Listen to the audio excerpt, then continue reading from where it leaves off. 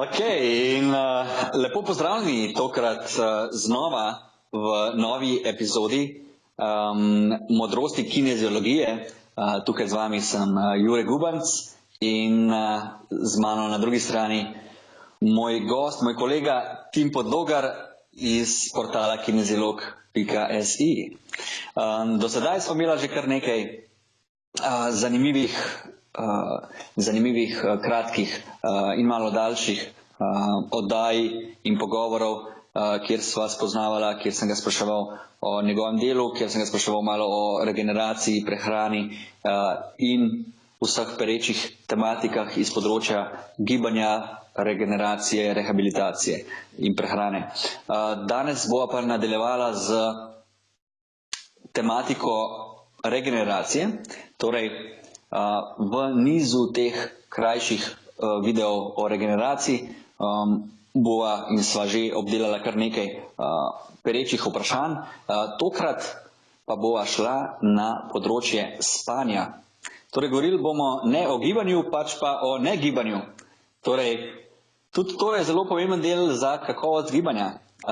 Več vam bo zdaj povedal Tim Podlogar, in sicer študent na fakulteti Birmingham v Veliki Britaniji. Torej, Timi, vprašanje danes in tematika pogovora regeneracija, podvprašanje pa kako spanje, torej neaktivnost, torej počivanje vpliva na regeneracijo in kako pomemben del regeneracije je spanje. Kar začni. Bom začel z zgodbo ali pa s tem, kako recimo v najboljših svetovnih klubih, recimo v ligi NBA ali pa tudi hokejisti in vseh teh vrhunskih športnikih, ki služijo na milijone evrov, oni imajo v najboljših ekipah celo strokovnjake, ki se ukvarjajo samo s tem, da jim svetujejo, kako spati. Tako kot imajo, prehranske strokovnjake, ki jim svetujejo glede prehrane, imajo tudi strokovnjake, ki jim svetujejo glede spanca. Tako pomemben je dejansko spanec. Problem je v tem, da na eni strani imamo vsaj nek normalen, običajen človek, potrebuje nekje 8 ur spanja dnevno. To se velikokrat zgodi, da do tega da tega ne more doseči, ali je to recimo družina, ali je to služba, kakorkoli že. In raziskave so jasne. Če imamo če imamo primanjkljaj spanja, bo naša telesna zmogljivost poslabšana. To pomeni tudi regeneracija po telesni aktivnosti bo poslabšana. Se pravi, športnikom se ponovadi priporoča nekje okoli 8 ur spanja na noč, kvalitetnega spanja. To pomeni, da se ponoči čim manjkrat zbujajo, da ne hodijo, ni potrebno niti na WC in tako naprej. To vse pač v spanju se bi precej lahko v detajlih govorilo. Torej, počivanje pred televizorjem ni v bistvu regeneracija, ni kakovostna regeneracija, kot je spanje, ne? Torej, ker ljudje dostikrat mislijo, da če gre pa malo počiti, da je to, ampak v bistvu je treba kar priti v stanje trdnega spanca, ne? Ja, to so pač te faze spanca, v katere detalje ne bi šel, ampak recimo raziskave so tudi pokazale, da recimo popoldanski spanec je dejansko priporočljiv za športnike. Ampak to ne popoldanski spanec 1, 2, 3 ure, ampak popoldanski spanec, ki traja tam nekje od 25 do 20 minut. Pravi, zelo kratek spanec. In še zelo dobra ideja je, da tik preden greš spat, spiješ kavo, ta kofein bo ravno toliko časa potreboval, da se pojavi v krvi, kolikor časa boš ti spal, in ko se boš zbudil, boš se zbudil svež in poln energije. Torej te power napi, tako imenovane. A to je priporočljivo tudi za navadne smrtnike, ne? Za ljudi, ki delajo v službah, tudi tako, ne? Lahko malo zakinkajo z 20 minut in pol naprej. Ja, ampak ne več kot 15 do 20 minut dejanskega spanja. Čim bo šlo več, stvar ne bo več učinkovita. No.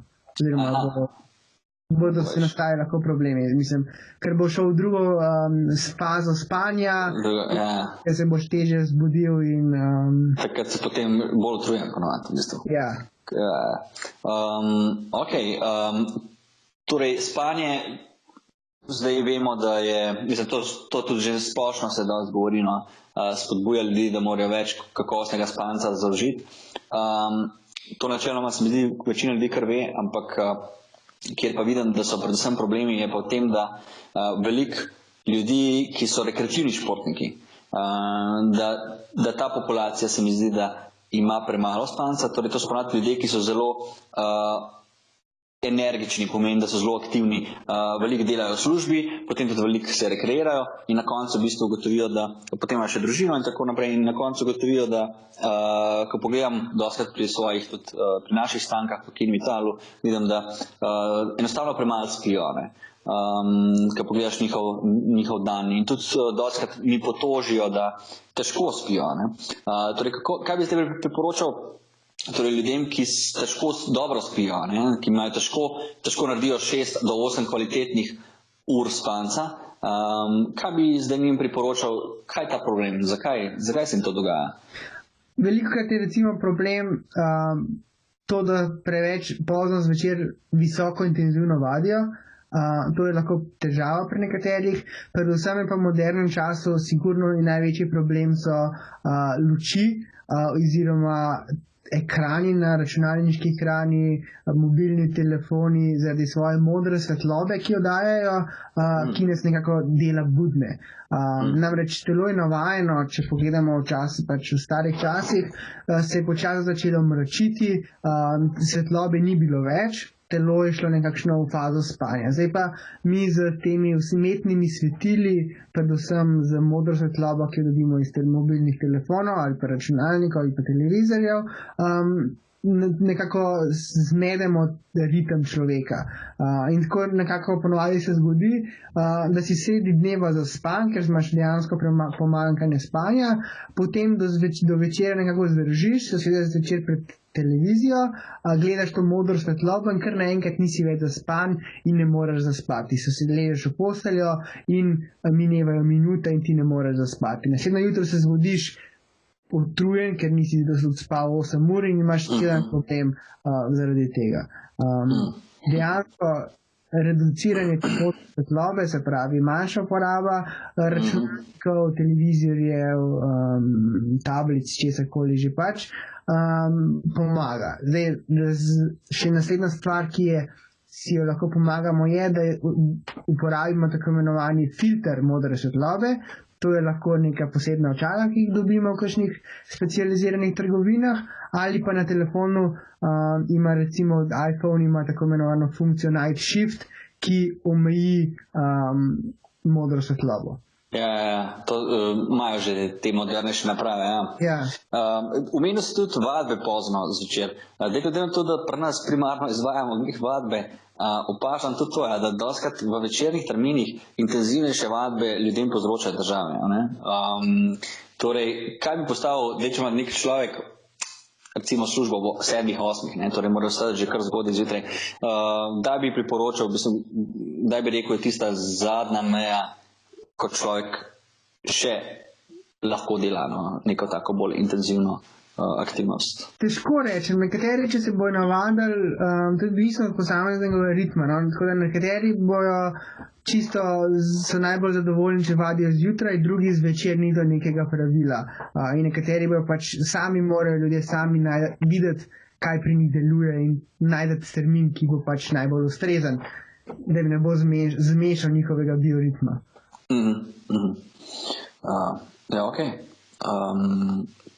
Bi tukaj, kar se tiče samega spanca, morda dodal še kakšno svoje opažanje, kakšen nasvet ljudem, kako do boljšega počutja oziroma do več dobre regeneracije, kaj govorijo že o regeneraciji, torej kako do več dobre regeneracije s spancem morda. Ja, sigurno je dobro, mislim, ljudje, ki imajo probleme, je dobro, da začnejo pač mogoče si pisati, kako dobro spijo, kaj so naredili, da so boljše spali, kakšna je bila prehrana zvečer, ko so dobro spali. Tudi to lahko vpliva, se pravi, recimo to potuš naj bi vplival na boljši spanec, tik pred spanjem, najbrž kakšen dober pomirjevalen čaj domač. Vse te stvari lahko pozitivno vplivajo in pač ljudje morajo te stvari poskusiti, ampak najprej treba pa vedeti in se reči, imam problem, premalo spim, problem moram rešiti. In potem začeti iskati rešitev za ta problem. Ja, res je. Ok, da mi povej še, kako je glede, omenil si tudi kavo, veliko ljudi tudi pije kavo, kako je glede kofeina pri samem spancu, kako to vpliva na spanec, torej kdaj kava in kako se tudi kava razgrajuje potem v telesu, ko jo pijemo. Se pravi, pomembna komponenta kave je kofein, kar se tiče neke zbujenosti, da nas pravi kot poživilo, in kofein pride v kri po nekaj 15-20 minutah, potem pa potrebuje v krvi kar 6 ur, da se njegova koncentracija razpolovi. Se pravi, da če si dodamo v kontekst, če pijemo kavo ob 2 uri popoldne, bo ta kofein v našem telesu bil prisoten še kar nekaj časa. In če želimo zvečer iti spati ob 10 uri, je predvsej pametno, da omejimo količino kofeina, ki jo zaužijemo po 2 uri popoldne ali pa 3 uri popoldne. Sploh ne priporočam kakšnih kofeinskih izdelkov zvečer, recimo trening, mnogi izdelki za med treningov. Recimo fat burneri, kot so govorila. Vsebujejo kofein in to pomeni, to je zadnja stvar, ki bi si jo želeli pred spanjem ali pa v urah pred spanjem. Ok, super. Je dobro.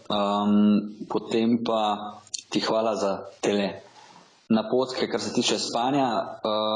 Tako da upam, da bodo ljudje čim več upoštevali dejstvo, kar smo ga danes tudi midva omenila, in sicer, da je spanje, koliko bi rekel, koliko je to pomemben doprinos k regeneraciji spanje? Brez ustreznega spanja, po mojem, ni pametna dobra regeneracija, pač to je nujno pomembna komponenta. Torej, ko se ljudje poškodujejo, morajo dostakrat pomisliti tudi na pomanjkanje spanca, ne? Točno tako. Ok. No dobro. Potem pa hvala ti za tele napotke.